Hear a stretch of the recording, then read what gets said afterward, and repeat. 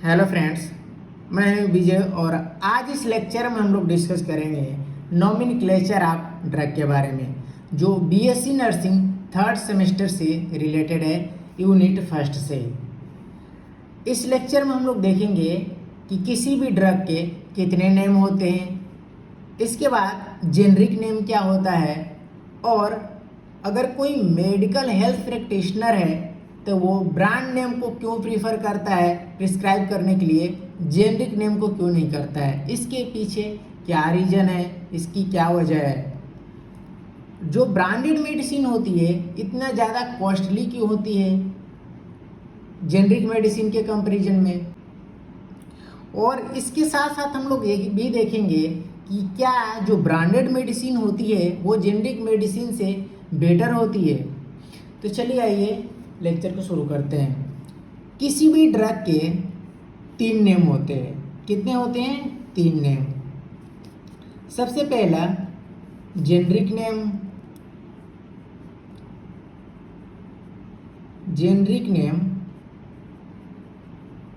जिसको हम लोग बोलते हैं नॉन प्रोप्रिएटरी नेम।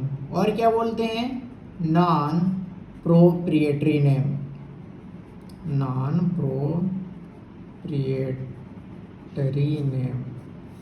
इसके अलावा सेकेंड है ब्रांड नेम।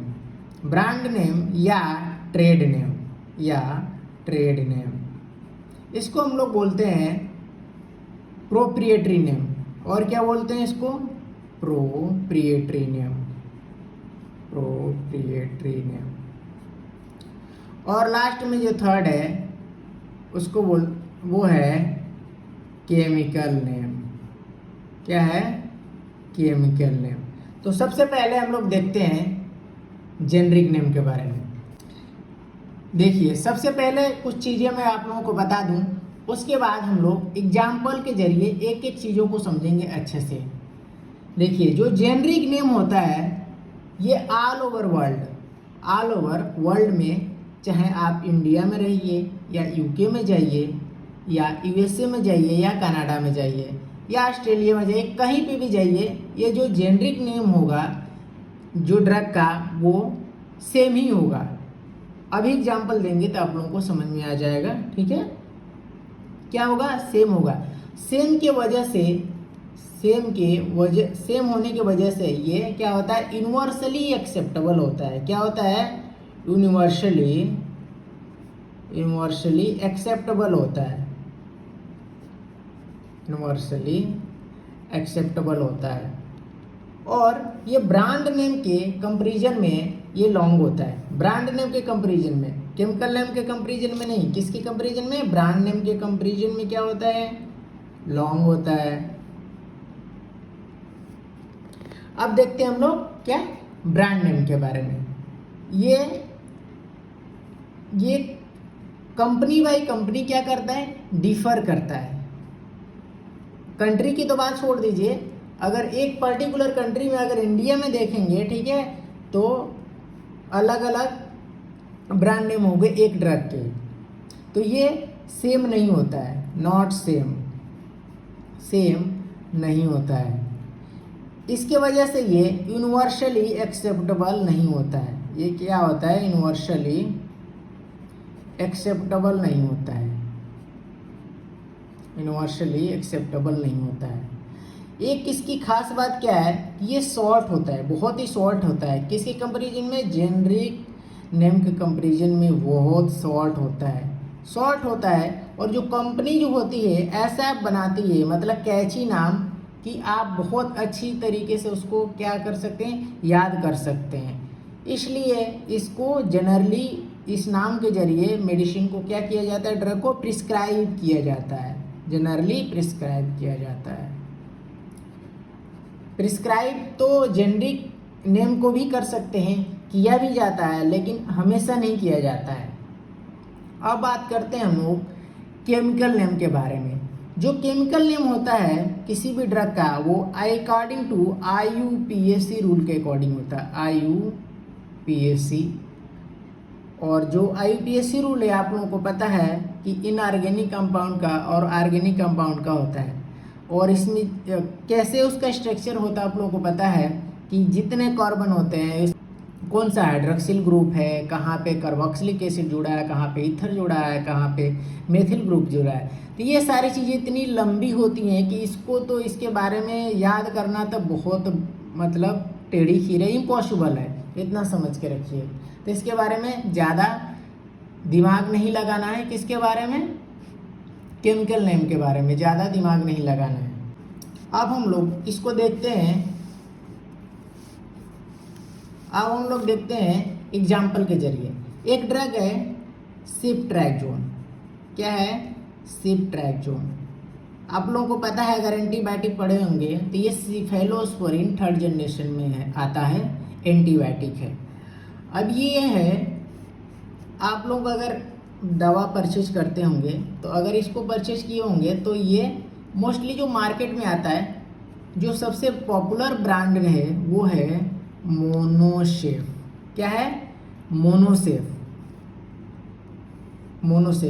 तो जो दवा, तो RX जो होता है, ठीक है, ये सपोज ये क्या है, ये मोनोसेफ है, और ऊपर में सबसे टॉप पे यहाँ पे लिखा रहता है कि RX, और यहाँ पे लिखा रहेगा सिफ्ट्रैक्सोन। क्या लिखा रहेगा? सिफ्ट्रैक्सोन। और नीचे बड़ा सा लिखा रहेगा क्या? मोनोसेफ। क्या लिखा रहेगा? मोनोसेफ। तो ये जो है सिफ्ट्रैक्सोन जो है, RX के जो नीचे लिखा है, ये क्या है? जेनेरिक नेम है, और ये क्या है? ब्रांड नेम है। सिफ्ट्रैक्सोन को अलग अलग कंपनी अलग अलग नामों से बनाती है। जैसे जो मोनोसेफ है उसको कौन बनाती है? एरिस्टो बनाती है, एरिस्टो फार्मा।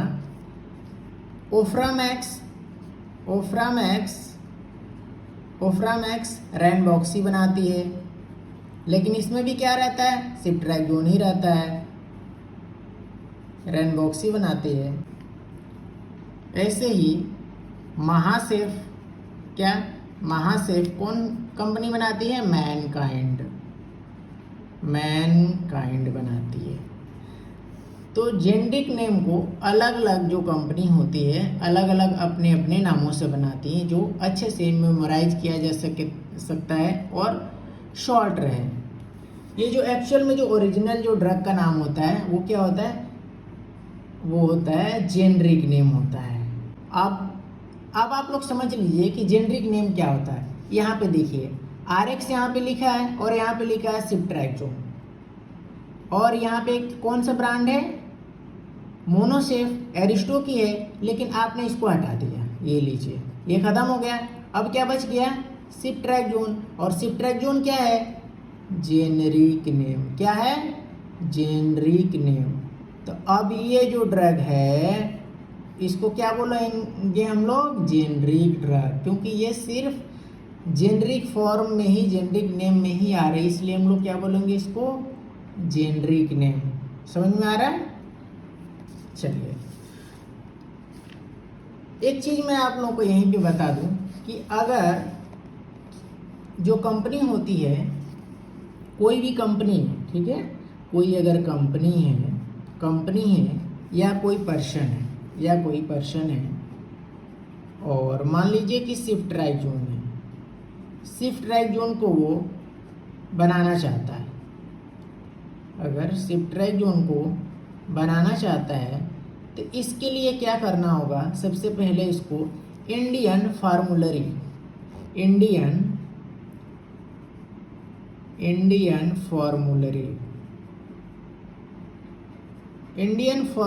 के जरिए WHO के इंटरनेशनल नॉन प्रोप्रिएटरी प्रोग्राम के लिए अप्लाई करना होगा, और जब यहाँ से अप्रूवल मिलेगा तब बना सकता है। या कोई कंपनी या पर्सन अगर चाहे तो डायरेक्ट WHO के INN प्रोग्राम के लिए अप्लाई कर सकता है। आप लोग बहुत बार सुने होंगे कि जो मेडिकल प्रैक्टिशनर होते हैं वो क्या करते हैं? ब्रांड नेम को क्या करते हैं? प्रिस्क्राइब करते हैं। इसके पीछे तीन सबसे बड़ी वजह है। इसमें जो सबसे पहला है, मैं आप लोगों को बताया कि जो ब्रांड नेम होता है वो क्या होता है, शॉर्ट होता है, इसलिए इसको अच्छे तरीके से जल्दी से इसको क्या किया जा सकता है, याद किया जा सकता है। ये क्या होता है, शॉर्ट होता है, इसलिए इसको जल्दी याद किया जा सकता है, इसलिए प्रिस्क्राइब करते हैं। दूसरी चीज़ देखिए, यहाँ पे ध्यान दीजिएगा, एक टैबलेट फॉर्म में एक ड्रग आती है जिसको बोलते हैं, आप लोग सुने होंगे, जीरोडॉल एसपी। क्या आती है, जीरोडॉल एसपी। और जीरोडॉल एसपी में कौन कौन सी ड्रग है, एसिक्लोफिनैक,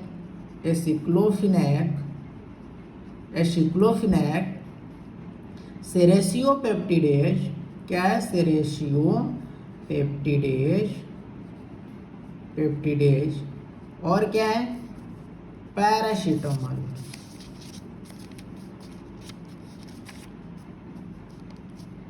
और इसमें क्या है, पैरासीटामोल, तो है पैरासीटामोल। अगर कोई मेडिकल प्रैक्टिशनर अगर उसको एसिक्लोफिनैक देना है, सेरेसियोपेप्टिडेज देना है और पैरासीटामोल, ये तीनों दवाइयों की उसको पेशेंट को देने की ज़रूरत है, उस कंडीशन में चाहे तो ये एसिक्लोफिनैक अलग से लिखना पड़ेगा, इनको सेरेसियोपेप्टिडेज अलग से लिखना पड़ेगा और पैरासीटामोल इनको अलग से लिखना पड़ेगा। आप लोग पीएससी पे देखे होंगे कि एक छोटी सी पर्ची मिलती है 1 रुपए की।